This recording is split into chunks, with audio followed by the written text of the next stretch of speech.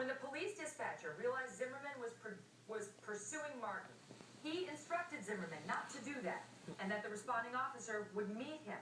Zimmerman disregarded the police dispatcher and continued to follow Martin, who was trying to return to his home. Well, listen to the 911 tape when the 911 operator told Zimmerman not to follow Trevon, and you tell me whether it shows that Zimmerman disregarded the police and continued to follow. Listen. That's a damn shame. The back entrance. Are you following him? Yeah. Okay, we don't need you to do that. Okay.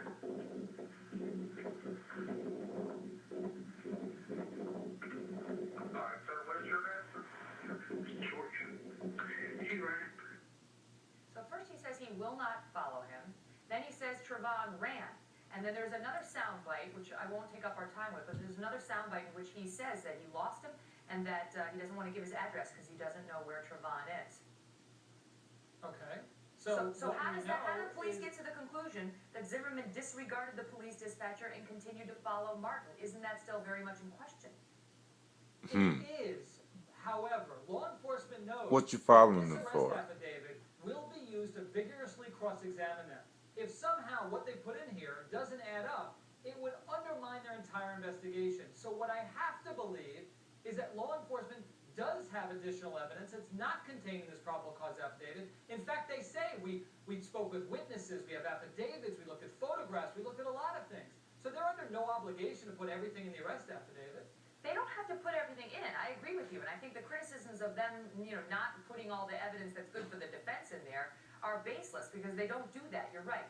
But to make such giant leaps, I mean, doesn't this go to the heart of the case, Mark? The whole case comes down to, in large part, what happened after George Zimmerman was told to not pursue Trevon anymore. I mean, I think you can make the case it's still manslaughter at least, even if he abandoned the pursuit and they ran into each other again because Trevon was scared because he'd been getting followed.